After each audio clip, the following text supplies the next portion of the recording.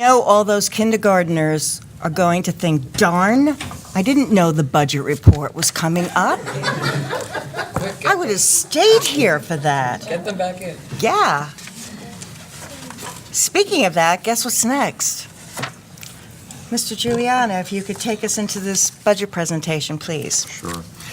Continuing on with the budget presentations we've been having. Tonight we have two presentations for next year's budget. First will be the curriculum and instruction budget presented by Deborah Gulick, and following Debbie Gulick's presentation will be information technology by Ed Leipold. So, Debbie.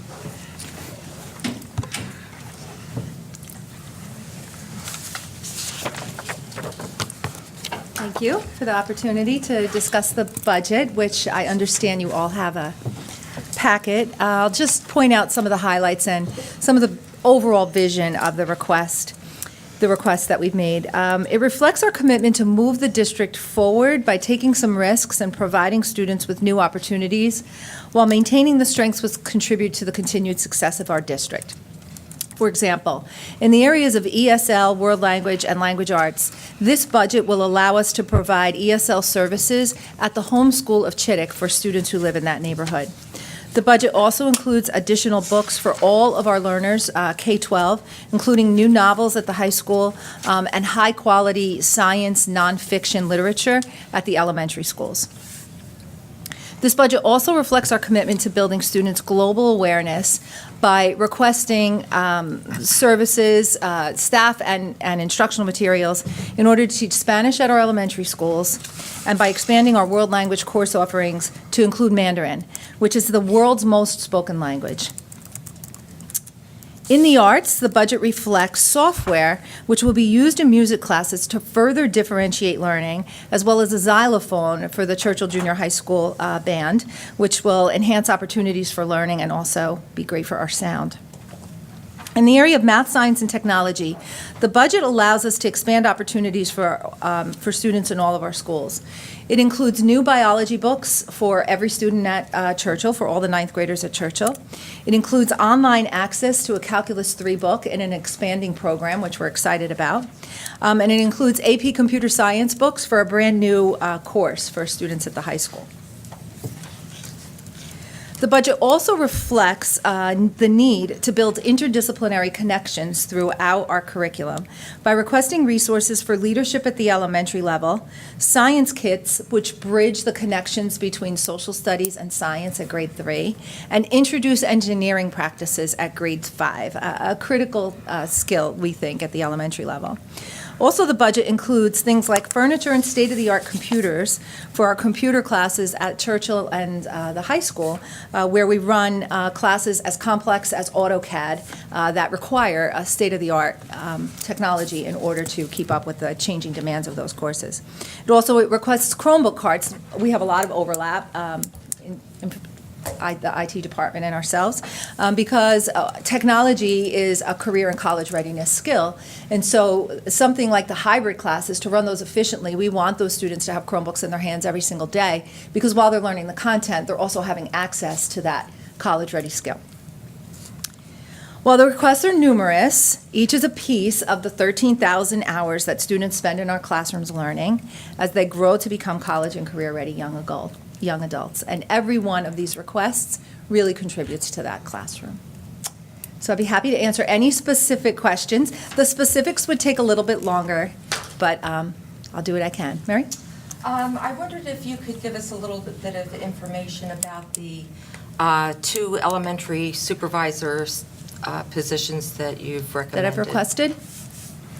So in the last board meeting, we've streamlined some of the supervisory positions to really dig deep into the content knowledge at the science level, math level, language arts level. Over 250 different people teach those subjects for our students.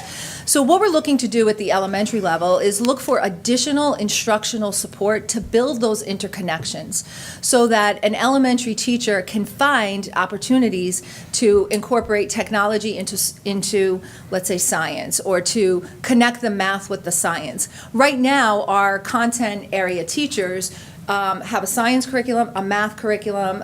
They don't even have a technology curriculum really yet. We're working on technology expectations. And a math, science, technology supervisor would find those connections and be able to pull all of that together. We also, my other request in the English, language arts, ESL, social studies connection, is that connection exists right now. We're doing nonfiction reading and social studies, and the ESL instruction and the language arts instruction overlap so much that I need someone to really provide the interdisciplinary connections so that we're all speaking the same language in those areas. I want that experience for students because I think it will strengthen their opportunities to make the connections themselves. They won't feel like they walked out of math and walked into science as everyone begins to speak the same language. And I think it's going to allow us to go even further at Hammersholt, to not feel like we have to reteach when we have someone who's really focused on elementary, bring those connections together. So the responsibilities of these new positions is something that you do not believe can be handled by our current supervisors and our current department chairs? So our current supervisory and department chair structure is strong, and we're focused on content, and we're focused on building a well-articulated curriculum. Where I see these elementary supervisors coming into play is on the instruction and the delivery of the curriculum, so that neither of those people need to be a certified science person, but to have enough math, science, technology experience to be able to coordinate that and find the connections. That is, it is, when you narrow it to the elementary schools, then the K-12 supervisor and department chair have the opportunity to focus on the rigor and the vertical articulation of the pure science or the pure math or the pure language arts and build that. And that's important because in order to maintain the kind of competitive courses that we have at the secondary level, it takes a lot of support at that level. And then we don't have any basic skills instruction at 6 through 12. That's all done by the supervisors. So if you're not achieving in science, that's the science supervisor and department chair's problem. And if you're not achieving in language arts, that's the language arts department chair and supervisor's problem. And they do everything they can in the classroom to get those kids where they need to be. Okay.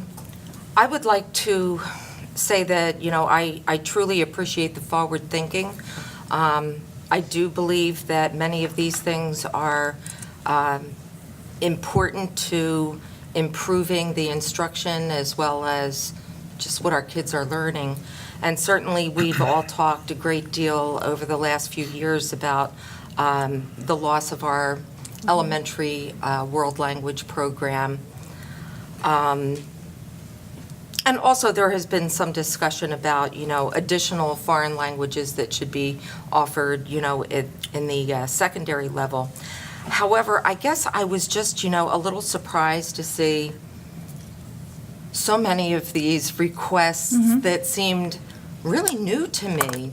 And I guess I'm kind of been used to hashing these things out in, curriculum committee or finance committee or, what have you, as opposed to, when we're just reviewing our budget, seeing such, new and different requests that really haven't been reviewed very carefully by the board at this point. My other concern is that the grand total in terms of personnel comes to almost $953,000, which is, in my opinion, a huge amount of money.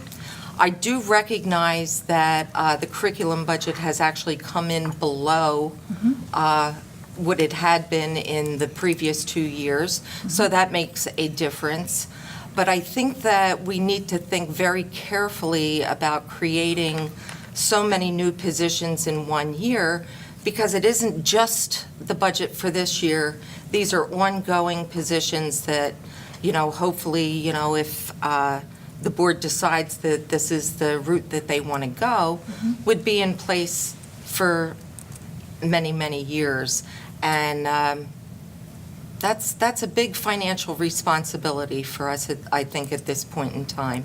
I'm still, one of those board members that is really hoping that at some point in time, we're going to be able to come in with a budget that actually comes under the 2% cap. I mean, certainly a lot of my neighbors understand that 2% cap is in place, but on the other hand, they're seeing their property taxes go up by several $100s a year, in some cases even larger amounts than that. And I feel like, it was almost an unspoken promise that when we decided to go with a November election that eliminated a vote on the school budget, that we still were promising, the people in East Brunswick that we were going to provide them with a world-class education at an affordable cost. And I just think we need to really look carefully at all these things. I'm not sure that they all should be in place for next year, but I like the fact that we have this vision and that it's putting all the pieces of the puzzle together. I'm just not sure that it's something that we should be doing in 1 year. And Mrs. Shaw, if I could say, so one of the things that I've been talking with the administrators as we work through the budget process, you're seeing the budget presentation from curriculum and instruction. You're about to see the one from instructional or from technology. And there's a more holistic view that will be presented to the board in a future meeting, in fact, at the next meeting in a retreat, about looking at some things that we could do to possibly economize if the board's priority is to move in a direction as recommended by some of these budget managers. So that we're looking at more of a shift rather than addition of resources. I see what you mean. Okay. Dr. I Cohen? think just continuing a little bit on that same line of thought is that we have a strategic planning committee that's already in the process of looking at where our district ought to be over the next 3 to 5 years, and that anything that we do, whether it's curriculum or any of the topics that we've actually asked the public for comment on, before we make a decision right now, it's almost a slap in the face to say that to the public, to say that, well, we've made this decision anyway, as if their input didn't matter at all. I think you need to put all of this in one big plan. People's thoughts, our thoughts, the administration's thoughts. I think you need to prioritize some of those requests. I just think it's impossible to expect that they'll all be done in 1 year. But they're all priority ones. So you have to sort of put that into a much bigger picture, and if that's where you want to be, then plan how you're going to get there, but there's no way that they all could be done at one time. And I look forward to those conversations so that we can talk about what we want to commit to say yes to in 2018, so that we can start learning and planning and building that, if that's a possibility, if it does take that long. But these are things that I think you will find have strong community input based on what we've read in some surveys and even at our most recent board meeting. And I understand 100%. You will see curriculum things go down. We're not buying as many textbooks. Our resources are all authentic materials, more online access. That requires more leadership to know how to use those well. Well, the dropping in textbooks is something that we would be expecting in an economy and a society that doesn't use paper anymore. We're all using, Right. So I think the public would expect that we move to textbooks that are online. Yep. And as far as the language, for instance, we asked people for their input on what we thought it should be, and while I don't disagree at all that Mandarin is probably the language we're going to go with, but it is almost as if we've decided this without having taken into account the public's thoughts, even though I kind of realize that most of them believe that that's the direction we should go in, but I think it needs to be a coordinated plan. Well, I think it was based on a survey that was conducted, but I think the timing with the strategic plan is such that we're going to get additional input from the strategic plan, so we just need to align it. Right. I mean, I, for one, I'm very supportive of expanding, the world languages, both at the elementary as well. It was a terrible loss to have lost it years ago. So if we can work towards that, it's definitely, appreciate the vision. Mr. McAvoy, I believe. Sure. I take a little different spin on this because it's fine and dandy that we have a strategic plan, but we have been elected as board members to look into the research that our central office administrators, like Mrs. Gulick, have done. I don't want you to walk away from here thinking that any of the work that you've put in is slighted, and I don't want you to think that I'm bashing you either. I am very, very happy that the Mandarin is being introduced. I do believe, Mr. Figueroa, you might be able to help me out on this one, but even over in the Edison school system, Mandarin, it's in the elementary schools, it's in the middle schools, it's in the high school. The high school has an AP class for Mandarin, and we're just starting with this. This is not the 21st century classroom that I feel that we need to have for our children, regardless of what it's going to cost. I did want to just make sure that with regard to what you've presented, you are happy with the amount of money that you have allocated for Chromebooks in the elementary level? So the Chromebook at the elementary level and at the high school level will fall under Mr. Leopold's budget, but we've collaborated on Fine. that closely, so. Okay, so I'll I think ask we're that. both comfortable with that. Just want to make sure that you're comfortable too with that. I am. Because we talked about Wi-Fi being ready for third, fourth, and fifth graders. And it is. And it is. It's working beautifully So right now. if we have the We're on our Wi-Fi, way. if we don't have the Chromebooks, okay. I'm also just making sure that you're happy with the amount of money that you've allocated for professional development. So again, that, we have some overlaps in that, and we have some grant funds accessible to us, but yes, I am. Good. I think we'll meet our needs. And just getting back to the 21st century classroom, I'm quoting you, the technology expectations. I know you have set the bar very high, and that's what this Board of Education wants, and good luck combining all that stuff as we move forward in the 21st century classroom. Thank you, Mrs. Gulick. Mr. Philipsak. Schooling, I want to thank you for your budget presentation, and I realize that this is the primary budget presentation. We haven't decided, we haven't thought about any item right now, and I thought that we would be discussing this at the proper time of each budget presentation item that would be probably presented today. So I know we have a retreat, and I know there'll be a lot of discussions Yes. on individual concerns, and that's why we're a board. We're a board that decides together. Thank you. Anyone else? I would just like to say, I agreed with a lot of what you said, Mary, and it was so eloquent, I don't need to reiterate it. I also wanted to touch on something that Dr. Brad talked about, the request being priority ones. It would be helpful for me within that group if there could be some sense of priority in terms of if this is a true 3 to 5 year plan. If this is where you want to see us, what order could it be done in? If you could prioritize within that group, I think it would be very helpful. I'm looking forward to that conversation.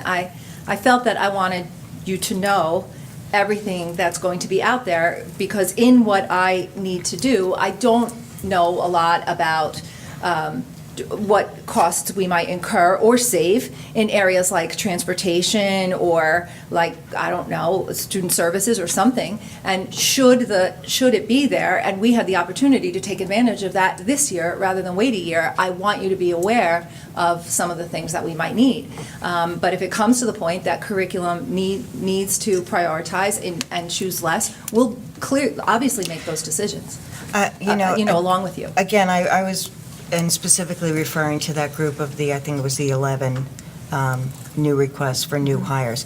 There is no doubt in my mind that you have a wonderful vision for where you want to take us, and you have the capacity, intelligence, and passion to get us there.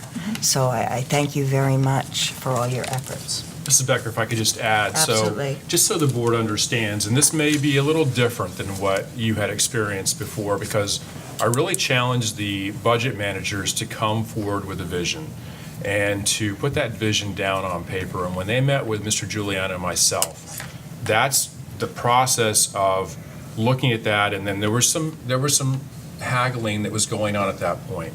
But I wanted the board to hear everything that was being thought about. And then really after that process, we take that back. And the next phase I would like Mr. Giuliano to talk about, because Ms. Becker, what you're talking about is really where we're going to go with the next step of the budget development. Giuliano, could you talk about that? Actually, before that, I realized I just had one curriculum question. I'm sorry. You mentioned something about engineering skills at grade 5. If you could just expand on that briefly, it just struck me, engineering grade 5. So there's a lot of science right now in our hands-on science kits that begin to explore engineering practices. And with the next generation science standards, engineering practices, the ability for students to build and think about what it might do if we make certain design choices and what's effective, that is a great experience. And there's no reason that has to start as late as 6th grade. In fact, 8-year-olds have way more fun with something like that than an upper student. So there are some new kits that are available to us, and we think this 5th grade kit will work well. And intentionally, it's not part of the science curriculum because we're looking to I was just gonna build ask that. in. It's bigger than that. We have one kit that we think will bridge social studies and science intentionally, and we want this one to bridge that. You're a 5th grader now. This is what engineering and technology means. It's not just using the Chromebook. It's bigger than that. It's designed. We piloted a little tiny design project with 2 of our 5th grade teachers. It was their idea. We had a real passion for it, and the kids built boats and floated them and readjusted their boats, and they loved it. And we want that to be happening in every school. And that was a social studies science connection. And so we want to build the curriculum for that. Thank you. Bernie, sorry to interrupt you. No. I just realized, are there any other questions before we get into the wrap-up of the financial end on the curriculum pieces that were presented to us? Okay, thank you. So just to review what the process has been and that we're following on budget development. We go through a process throughout the fall, up through December, in developing the requests that the administrators believe are important for their areas. The administrators are encouraged to advocate for their areas. When we bring data here, well, you're seeing a list of requests, you're seeing what the administrators believe to be important in furthering what the objectives are of the district. We're very early in the development process. We do not have a tentative budget vote until March. So in these coming weeks, we will be working on vetting through those requests. Certainly, the list of requests that you see in the reports can't be funded in full. There are going to be priorities selected out of those. But it's important for the board to be aware of what that vision is and what is seen to be as priorities that come from the administrators. But that will be vetted, and you'll be seeing a narrower scope of what comes forward in the coming weeks and a couple of months. Thank you. As you just mentioned, and as Dr. Valesky pointed out, there is a slight difference to the budget process, and perhaps it's also a learning curve for the board to get adjusted to the process or the way of looking at it as we hear these. So it's a learning curve for us too. Thank you so much, Mrs. Gulick. Mr. Ed? Thank you. Just always wanted to say that. I'm sorry. That's okay. There's an HIV report. Thank you for Oh my God. allowing me to present my first budget for the Information Technology Department. As I was preparing this budget, I wanted to make certain that it aligned closely with the vision that I have for technology for our school district. And that vision has three distinct goals associated with that, that I feel each are equally as important to the district. So the first goal is getting more technology into the hands of our students and our staff, and not just quantity of technology, but making sure that we purchase the appropriate technology for the students in the classrooms. And I think you'll see that the technology department and the curriculum department are going to work closely hand in hand to make certain that we get the appropriate technology into the hands of our students. So requests that you'll see for this goal are Chromebook carts, iPads, upgrading of our computer labs in our secondary schools, and general technology needs in the classroom. The second goal is improving and upgrading the infrastructure for the district to make certain that we have a robust and stable network environment. And the requests that you'll see here are a lot of the behind-the-scenes type of equipment and needs that we have. So to accomplish this goal, you'll see requests for additional access points in the elementary schools. We are already wiring up for the grades 3 through 5. This summer, we hope to be able to do the remaining classrooms in each of the elementary schools. We want to continue to upgrade our bandwidth as needed for our internet access to accommodate the BYOD and the additional hardware that the district hopefully is purchasing. A major initiative this summer would be to migrate our network operating system from Novell to Microsoft, and also migrating our group-wise email system to Microsoft Exchange and Outlook. We also request a fiber optic assessment and survey for the entire wide area network for the district. I believe our wide area network, our fiber optic network, is almost 20 years old, and to this point has never really had a formal assessment done to determine the health of the cabling for that fiber optic network.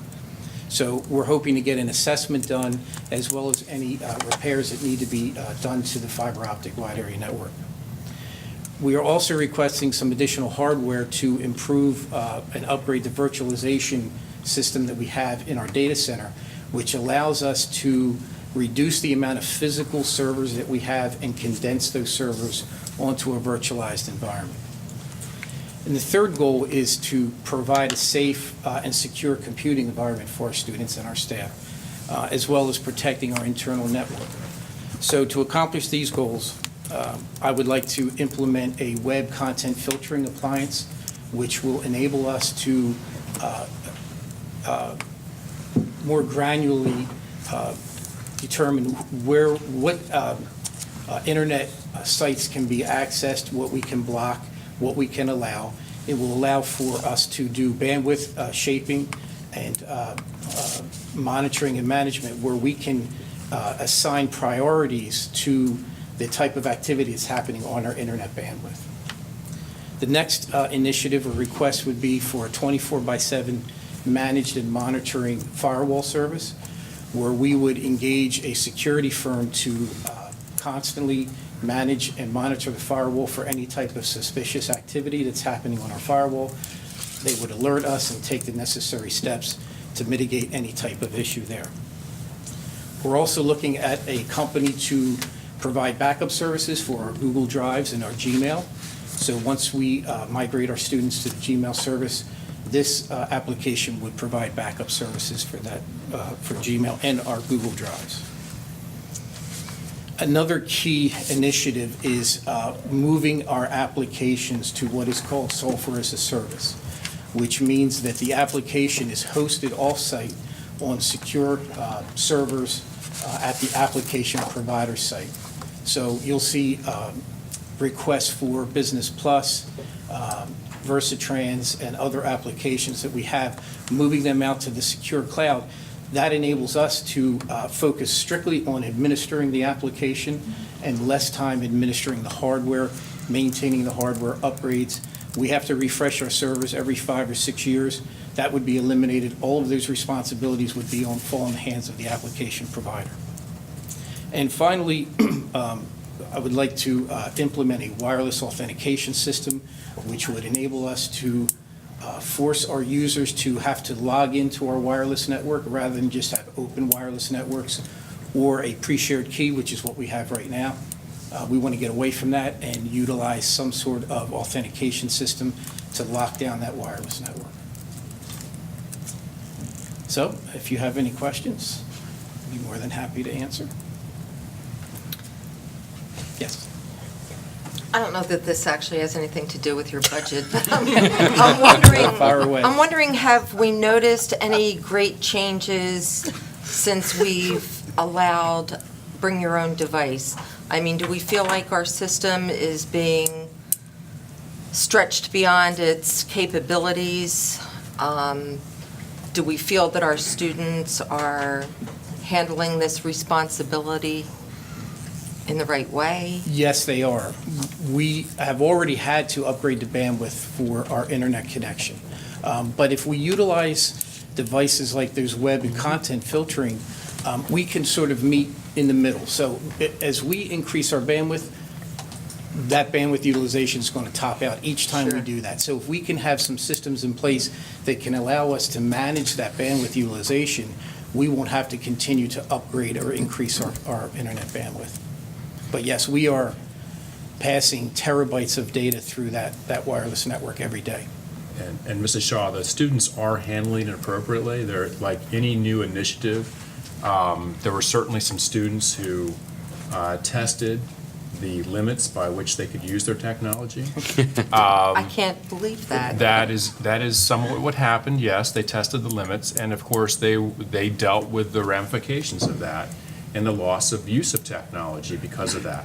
But I have seen And students... this was through the monitoring by staff? By or- staff, yes, Okay. yeah. Only that, I have a good friend who teaches at the high school level, and his school has recently initiated Bring Your Own Device, and he just says, that the kids are just, on their devices willy-nilly all the time, and, I think they are feeling that it is already maybe a little bit out of control. Right. And But we've already have certain filters and stuff Right.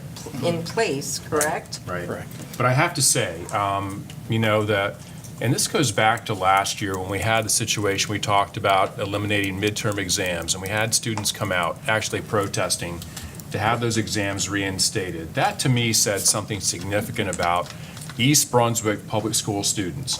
And we gave them this responsibility, and I have to applaud them for the way they handle it. And I have seen situations where students actually police themselves and police their peers. So it has become a society of, and a peer structure where they know we've given them this right. The board has given them the right. And they use it for the appropriate use, or they're going to lose it. And they know the ramification, the ultimate ramification is it could be lost by everybody if it's not used appropriately. And I think they're handling it well. Great. Anyone else? Mr. McAvoy. Mr. Lightbold, I know we talked about this in Technology Committee meeting, but the fiber optics that you're talking about, would that be an assessment in every school?